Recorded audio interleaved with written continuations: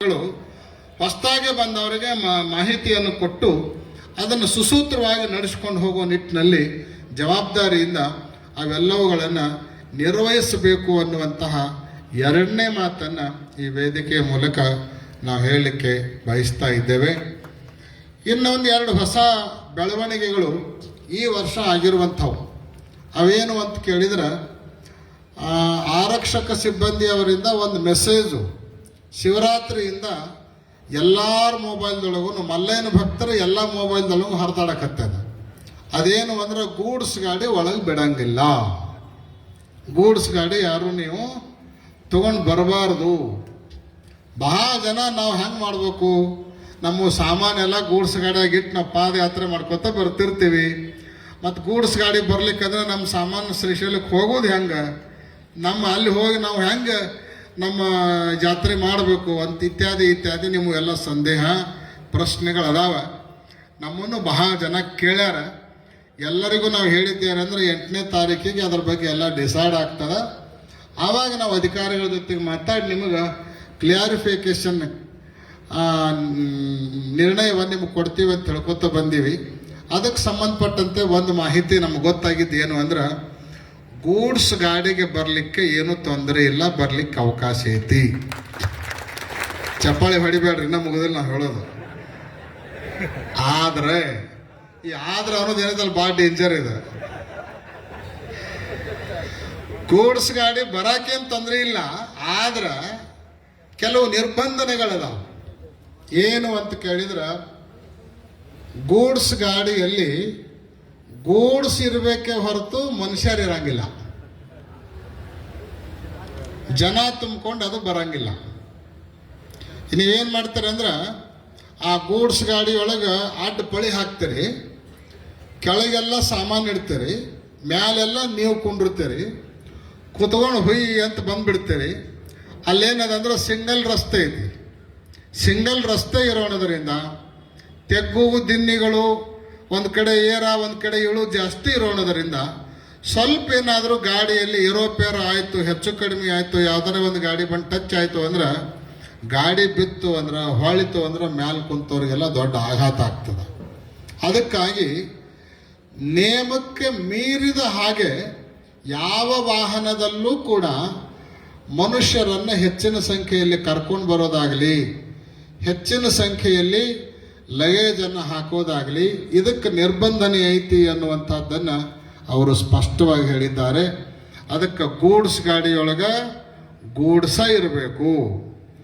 ಆಮೇಲೆ ನಿಮ್ಮ ಏನು ಜನರನ್ನು ಕರ್ಕೊಂಡು ಬರೋ ವಾಹನ ಇರ್ತಾವಲ್ಲ, ಆ ವಾಹನಗಳಲ್ಲೂ ಕೂಡ ಪರ್ಮಿಷನ್ ಎಷ್ಟಿರುತ್ತಲ್ಲ ಅಷ್ಟೇ ಜನರು ಹತ್ಕೊಂಡು ಬರುವಂತಹ ವ್ಯವಸ್ಥೆಯನ್ನು ನೀವು ಮಾಡ್ಕೊಳ್ಬೇಕು.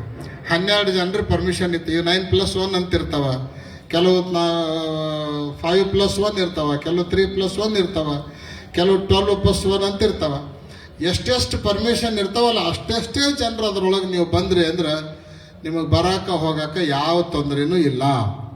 ಹೆಚ್ಚಿಗೆ ಜನರು ಕುತ್ಕೊಂಡು ಬರೋದು, ದಾರ್ಯಾಗ ಪೊಲೀಸರು ಹಿಡಿಯೋದು, ಆಮೇಲೆ ನೀವು ನಮಗೆ ಫೋನ್ ಮಾಡೋದು, ಮತ್ತೆ ಯಾರಿಗಾರ ಫೋನ್ ಮಾಡೋದು, ನಮ್ಮ ಗಾಡಿ ಹಿಡಿದಾರ್ರಿ ನಮ್ಮನ್ನು ಬಿಡುವಲ್ರಿ ಅಂತ ಅನ್ನೋದು, ನಿಮಗೂ ತೊಂದರೆ, ವ್ಯವಸ್ಥೆ ಮಾಡೋರ್ಗು ತೊಂದರೆ.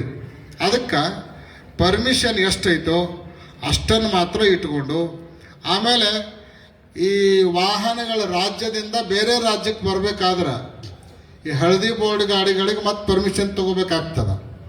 ಅಥವಾ ವಾಹನ ಸಂಚಾರಕ್ಕೆ ಸಂಬಂಧಪಟ್ಟಿರುವಂಥ ಏನೇನು ಕಾಗದ ಪತ್ರ ಬೇಕಲ್ಲ ಅವೆಲ್ಲವುಗಳನ್ನು ಸರಿಯಾಗಿ ಇಟ್ಕೊಂಡೇನೆ ನೀವು ಬರಲಿಕ್ಕೆ ಪ್ರಯತ್ನ ಮಾಡೋದು ಒಳ್ಳೆಯದು. ಯಾರಿಗೂ ಸಲಹೆ ಮಾಡೋ ಅವಶ್ಯಕತೆ ಇಲ್ಲ. ಅವಾಗ ನಿಮ್ಗೆ ನೀವು ಕರೆಕ್ಟ್ ಆಗಿದ್ರಿ ಅಂದ್ರೆ ಯಾರು ಏನು ಮಾಡೋರು ನಿಮ್ಮನ್ನು, ಯಾರು ಏನು ಕೇಳೋ ಪ್ರಶ್ನೆನೂ ಬರೋಂಗಿಲ್ಲ, ಯಾರು ಏನು ಹೇಳೋ ಪ್ರಶ್ನೆನೂ ಬರೋಂಗಿಲ್ಲ. ಅದಕ್ಕೆ ಆ ರೀತಿ ವಾಹನದ ವ್ಯವಸ್ಥೆಯನ್ನು ನೀವು ಮಾಡಿಕೊಳ್ಬೇಕು. ಗೂಡ್ಸ್ ಗಾಡಿಯೊಳಗೆ ಗೂಡ್ಸನೇ ಬರಬೇಕು, ಮನುಷ್ಯರು ಬರುವ ಹಾಗಿಲ್ಲ. ಇದನ್ನು ನೀವು ಪ್ಲ್ಯಾನ್ ಮಾಡಿಕೊಂಡು ಆ ರೀತಿ ವ್ಯವಸ್ಥೆ ಮಾಡ್ಕೊಂಡು ಬರಬಹುದು ಅನ್ನುವಂತಹ ಸೂಚನೆಯನ್ನು ಕೊಟ್ಟಿದ್ದಾರೆ. ಇದರ ಜೊತೆಗೆ ಕಳೆದ ವರ್ಷದಿಂದ ದೇವಸ್ಥಾನದಲ್ಲಿ ಪರಿಸರ ಮಾಲಿನ್ಯವನ್ನು ತಪ್ಪಿಸಬೇಕನ್ನೋ ಉದ್ದೇಶವನ್ನು ಇಟ್ಕೊಂಡು ಈ ಬಿಸ್ಲರಿ ಕಂಪ್ನಿ ಬಾಟ್ಲಿ ಇರ್ತಾವಲ್ಲ ಅಂಥ ಬಾಟ್ಲಿಗಳನ್ನು 1 ಲೀಟರ್ ಬಾಟ್ಲಿಗಳನ್ನು ಬ್ಯಾನ್ ಮಾಡ್ಯಾರ. ಒಳಗಡೆ ಬಾಟ್ಲಿ ತರಂಗಿಲ್ಲ, ಅಲ್ಲಿ ಮಾರಾಟಕ್ಕೆ ನಿಮಗೆ ಸಿಗಂಗೂ ಇಲ್ಲ. ಅದಕ್ಕೆ 5 ಲೀಟ್ರದ್ದು ಕ್ಯಾನ್ ಸಿಗ್ತಾವೆ. ಬೇಕಂದ್ರೆ ನೀವು ಅವುಗಳನ್ನು ಬಳಸ್ಕೊಳ್ಬೋದು. ಆಮೇಲೆ ದಾರಿಯೊಳಗೆ ಅವು ಕಂಪ್ನಿ ಬಾಟ್ಲಿ ಬಿಟ್ಟು ನಿಮ್ಮೇಲೆ ಮನೆಯಾಗಿರ್ತಾವಲ್ಲ ಮನಿ ಬಾಟ್ಲಿ, ಆ ಬಾಟ್ಲಿ ಒಳಗೆ ನೀರು ತುಂಬ್ಕೊಂಡು ಬರಲಿಕ್ಕಾಗಲಿ ನೀರು ತಗೊಂಡು ಹೋಗ್ಲಿಕ್ಕಾಗಲಿ ಯಾವುದೇ ರೀತಿಯಾಗಿರುವಂಥ ತೊಂದರೆ ಇಲ್ಲ ಅನ್ನುವಂಥದ್ದನ್ನು ದೇವಸ್ಥಾನದವರು ನಿಮಗೆಲ್ಲ ಹೇಳಿದ್ದಾರೆ.